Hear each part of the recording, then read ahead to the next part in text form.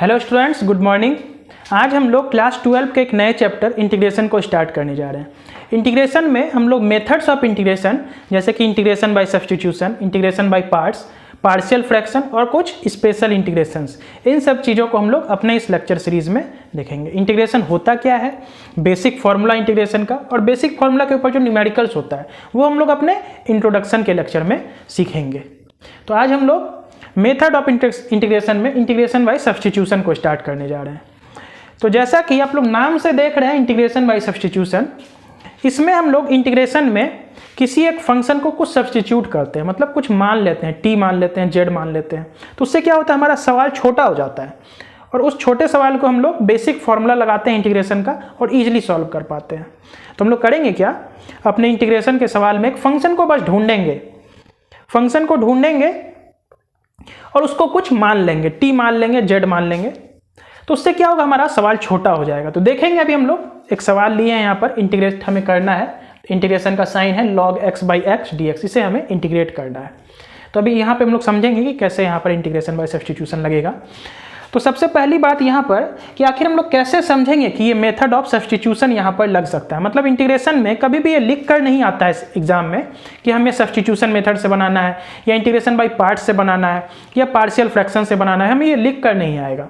हमें यहाँ समझना पड़ेगा कि आखिर कैसे हम, मतलब कौन से सवाल में कौन सा मेथड अप्लाई करेंगे। तो जब भी इंटीग्रेशन बाय सब्स्टिट्यूशन की बात रहेगी तो आखिर हम लोग कैसे समझेंगे कि यहाँ सब्स्टिट्यूशन लगाना है। तो कहेंगे हम लोग एक फंक्शन को ढूंढेंगे, इस सवाल में एक फंक्शन को ढूंढेंगे। अगर उस फंक्शन का डिफरेंशिएशन हमें उसी सवाल में दिख जाए तो कहेंगे वहां पर हम लोग मेथड ऑफ सब्स्टिट्यूशन, मतलब सब्स्टिट्यूशन लगा करके सवाल को सॉल्व कर सकते हैं। ध्यान से सुनेंगे, हम लोग इस सवाल में एक फंक्शन को ढूंढेंगे, उस फंक्शन का अगर डिफरेंशिएशन इसी सवाल में अगर हमें मिल जाए तो कहेंगे हम लोग वहां पे सब्स्टिट्यूशन मेथड लगा सकते हैं। तो यही एक ट्रिक होता है सब्स्टिट्यूशन को पहचानने का। बाकी जब हम लोग इंटीग्रेशन बाय पार्ट्स पढ़ेंगे, पार्शियल फ्रैक्शन पढ़ेंगे, तो वहां पे हमारा डाउट पूरा क्लियर हो जाएगा कि कौन से सवाल में कौन मेथड हमारा लगता है। फिलहाल हम लोग सब्स्टिट्यूशन पढ़ रहे हैं, तो सब्स्टिट्यूशन का यही ट्रिक है कि हम लोग को फंक्शन ढूंढना पड़ता है। उस फंक्शन का अगर डिफरेंशिएशन उसी सवाल में हमें दिख जाए तो कहेंगे वहां पर हम लोग सब्स्टिट्यूशन लगा करके सवाल को सॉल्व कर सकते हैं। तो सब्स्टिट्यूशन में हम लोग क्या करते हैं, किसी एक फंक्शन को टी या जेड मान लेते हैं। जैसे ये फंक्शन है, ये इंटीग्रेशन का सवाल है, इसमें किसी फंक्शन को हम लोग टी मान लेंगे या जेड मान लेंगे, जो भी आपकी इच्छा। तो टी मानने से ये हमारा सवाल बहुत छोटा हो जाएगा। अभी देखेंगे इस सवाल को हम लोग, बहुत छोटा हो जाएगा। उसके बाद हम लोग बेसिक फार्मूला इंटीग्रेशन का लगाएंगे और सवाल हमारा सॉल्व हो जाएगा। तो चलिए स्टार्ट करते हैं। हमारा यहाँ पे जो सवाल है, तो सवाल को हमें इंटीग्रेट करना है। इंटीग्रेशन का साइन है log x by x। तो यहाँ पर हम लोग log x को मान लेते हैं t। तो हम लोग लेट करते हैं, लेट t बराबर log x। यहाँ पर t हमारा वेरिएबल होगा, कांस्टेंट नहीं है। जैसे x हमारा वेरिएबल है उसी प्रकार t भी हमारा वेरिएबल रहेगा। तो हम लोग log x को t मान लिए यहाँ पर। इस फंक्शन को अब हम लोग डिफरेंशिएट कर देंगे। डिफरेंशिएट क्यों करेंगे, क्योंकि ये फंक्शन, ये इंटीग्रेशन जो है हमारा x के रेस्पेक्ट में इंटीग्रेट करना है। ध्यान देंगे कि ये जो इंटीग्रेशन है यहाँ हमें x के रेस्पेक्ट में इंटीग्रेशन करना है। जैसे हम लोग डिफरेंशिएशन भी पढ़ते थे तो वहाँ भी हम लोग किसी के रेस्पेक्ट में डिफरेंशिएट करते थे, जैसे x के रेस्पेक्ट में करते थे, t के रेस्पेक्ट में करते थे। उसी प्रकार इंटीग्रेशन भी किसी के रेस्पेक्ट में किया जाता है, जैसे यहाँ x के रेस्पेक्ट में करना है, dx के रेस्पेक्ट में। तो चूंकि हम लोग log x को t मान लिए हैं, यानी कि अब हम अपने इस x के फंक्शन को t में कन्वर्ट करने जा रहे हैं, तो यहाँ dx के जगह में dt चाहिए। तो इस फंक्शन को अगर हम लोग ये जो माने हैं इक्वेशन t बराबर log x, अगर इसको हम लोग डिफरेंशिएट कर दें तो dx के बदले हमें dt मिल जाएगा। तो इसलिए हम लोग यहाँ इसको डिफरेंशिएट करेंगे। तो हम लोग क्या करेंगे, डिफरेंशिएट करेंगे इस इक्वेशन को दोनों साइड x के रेस्पेक्ट में, क्योंकि log, ये तो x का फंक्शन है ना, t जो माने हम लोग log x माने हैं, तो log x तो मतलब ये t तो x का फंक्शन हुआ। तो x के रेस्पेक्ट में हम लोग इस इक्वेशन को डिफरेंशिएट कर देंगे। तो dt बाई dx यानी कि log x का डिफरेंशिएशन 1/x।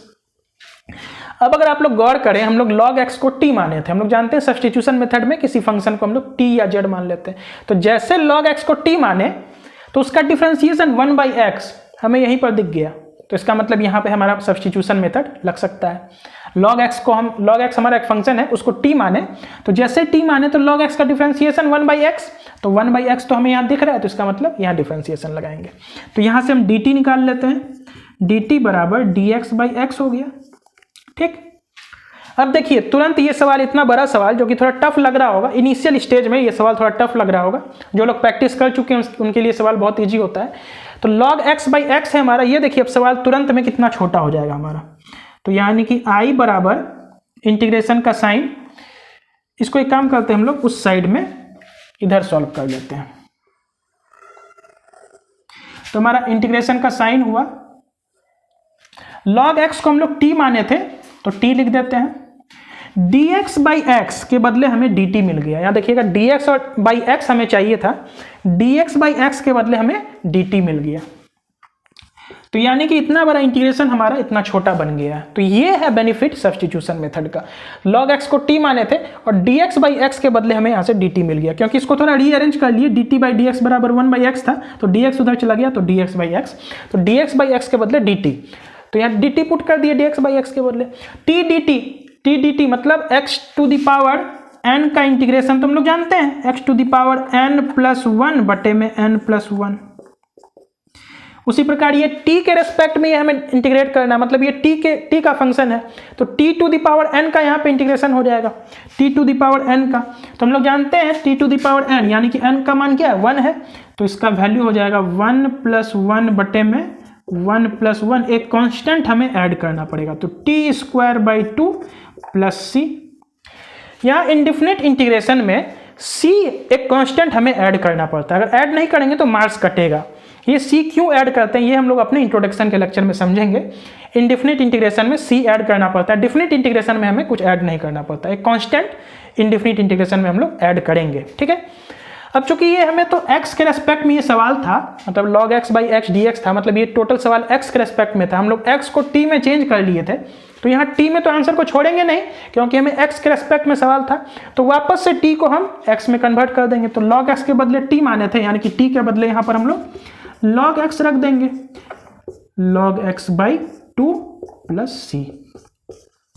तो इतना आसान से हमारा सवाल बन गया। तो गौर कीजिए ये बड़ा सवाल था थोड़ा, यहाँ पे log x को जैसे हम लोग कुछ माने t मान लिए तो log x का डिफरेंशिएशन 1 बाई एक्स हमें वहाँ दिख गया, तो इसका मतलब हम लोग यहाँ सब्स्टिट्यूशन मेथड लगा सकते हैं। तो log x के बदले t माने, उसको डिफरेंशिएट किए, dx बाई एक्स के बदले हमें dt मिल गया, तो यहाँ पुट किए t dt का आंसर, इंटीग्रेशन तुरंत सॉल्व हो गया। बताए थे ना कि सब्स्टिट्यूशन मेथड का सवाल बहुत बड़ा दिखेगा, लेकिन जैसे ही वहाँ हम लोग किसी फंक्शन को कुछ मान लेंगे तो सवाल हमारा एकदम छोटा हो जाएगा, वहाँ पर बेसिक फॉर्मूला लगाएंगे और हमारा आंसर तैयार रहेगा। तो इस चीज़ को आप लोग नोट कीजिए। इस पर हम लोग एक दूसरा सवाल देखेंगे।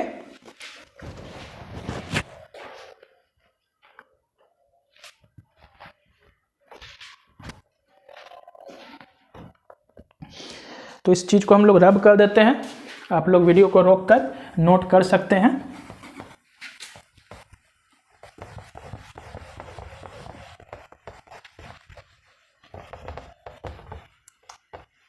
आप लोग को ये दिख रहा है पूरा, हम एक बार चेक कर लेते हैं।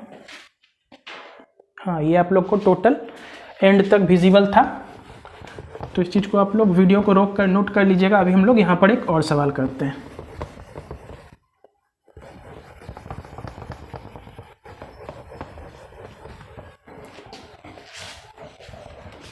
एक दूसरा सवाल है हमारा, इंटीग्रेट करना है हमें sec square log x bracket में है बटे में x dx के रेस्पेक्ट में, मतलब x के रेस्पेक्ट में हमें ये इंटीग्रेट करना है। क्या है सवाल? इंटीग्रेशन का साइन है सेक स्क्वायर ब्रैकेट में log x बाई एक्स, इसे हमें सॉल्व करना है। तो यहाँ कैसे समझेंगे कि यहाँ सब्स्टिट्यूशन से सवाल बन सकता है? तो जब हम लोग पार्शियल फ्रैक्शन या बाई पार्ट्स पढ़ेंगे इंटीग्रेशन, तो वहाँ 100% हमारा डाउट क्लियर हो ही जाएगा कि कौन से सवाल में कौन सा मेथड लगाना है। अगर हम लोग इंटीग्रेशन बाय सब्स्टिट्यूशन की बात करें तो कैसे समझेंगे कि यहाँ सब्स्टिट्यूशन मेथड लगेगा? तो बस हम लोग एक फंक्शन को ढूंढेंगे, कोई भी फंक्शन, जैसे यहाँ सेक स्क्वायर के अंदर log x है बाई एक्स है, यहाँ पर हम लोग फंक्शन को ढूंढेंगे। अगर उस फंक्शन का डिफरेंशिएशन भी हमें उसी सवाल में दिख जाता है तो कहेंगे वहाँ पर हमें सब्स्टिट्यूशन मेथड लगाना है। तो फिर से वही log x को और हम लोग कुछ मान लेते हैं t या z, तो log x का डिफरेंशिएशन 1 बाई एक्स हमें दिख रहा है यहाँ पर, तो इसका मतलब हम लोग सब्स्टिट्यूशन मेथड लगा सकते हैं। लगा करके देखते हैं, log x को जैसे कुछ मानेंगे तो उसका डिफरेंशिएशन 1 बाई एक्स हमें दिख जाएगा। तो यहाँ पर हम लोग क्या करते हैं, लेट t बराबर log x, जैसे माने तो dt बराबर 1/x dx, dt बराबर 1/x dx, रीअरेंज कर दिए, dt/dx होता, log x का बदले 1/x होता, log x के बदले 1/x होता, log x का डिफरेंशिएशन 1/x, तो dx को उधर लेते गए, तो एक ही बार में dt बराबर dx/x। तो यहाँ पे देखिए log x का डिफरेंशिएशन 1/x हमें दिख रहा है, तो मानना सही था हमारा। तो अब इस चीज़ को अगर हम लोग सॉल्व करेंगे तो इंटीग्रेशन का साइन था sec स्क्वायर, log x को हम लोग t माने थे तो t लिख लेते हैं। अब dx/x के बदले हमें dt मिल रहा है, यहाँ dx/x है, dx/x के बदले हमें dt मिल गया, तो sec स्क्वायर t dt हमारा सॉल्व होकर के आ गया। हमारा सवाल यहीं पे समाप्त हो गया है, इतना ही हमें करना था, बस एक फंक्शन को ढूंढना था। जब आप लोग सवाल को बहुत ज़्यादा प्रैक्टिस करेंगे तो आप लोग को भी देख के नजर आ जाएगा यहाँ पर कि log x का 1/x होता है, log x को t मानेंगे तो sec स्क्वायर t का तो इंटीग्रेशन हम लोग जानते हैं, sec स्क्वायर x dx का इंटीग्रेशन tan x होता है, sec स्क्वायर t dt का इंटीग्रेशन tan t हो जाएगा। इंटीग्रेशन और डिफरेंशिएशन दोनों एक दूसरे का रिवर्स प्रोसेस है। जैसे tan x का डिफरेंशिएशन sec स्क्वायर x होता है तो sec स्क्वायर x का इंटीग्रेशन tan x हो जाएगा।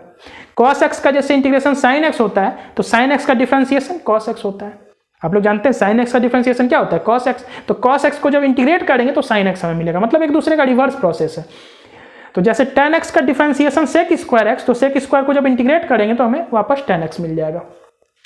तो बहुत सिंपल सवाल था, बस हम लोग को एक फंक्शन ढूंढना था, फंक्शन ढूंढ लिए log x, उसको कुछ मान लिए, डिफरेंशिएट करके देखे तो 1/x हमें यहाँ मिल रहा था, इसका मतलब हमारा मानना सही है।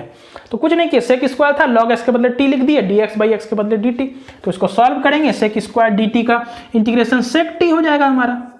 एक कांस्टेंट ऐड करना नहीं भूलेंगे, ऐड नहीं करेंगे कांस्टेंट तो हमारा मार्क्स कटेगा। सॉरी sec स्क्वायर t का हमारा इंटीग्रेशन tan ऑफ t हो जाएगा, sec स्क्वायर t का इंटीग्रेशन tan ऑफ t, और tan चूंकि यहाँ t में है, हम लोग को तो x में सवाल था ना, तो वापस t को x में चेंज करेंगे, तो जो हमारा आंसर होगा tan ऑफ log x माने थे, tan ऑफ log x हमारा आंसर हो जाएगा प्लस c।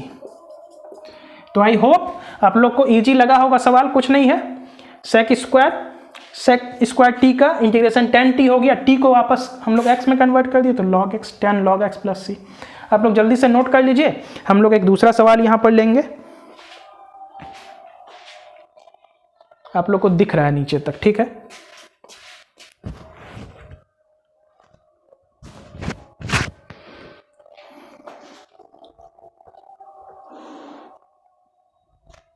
चलिए इस चीज को अब हम लोग यहां पर रब करते हैं, एक नया सवाल लेते हैं।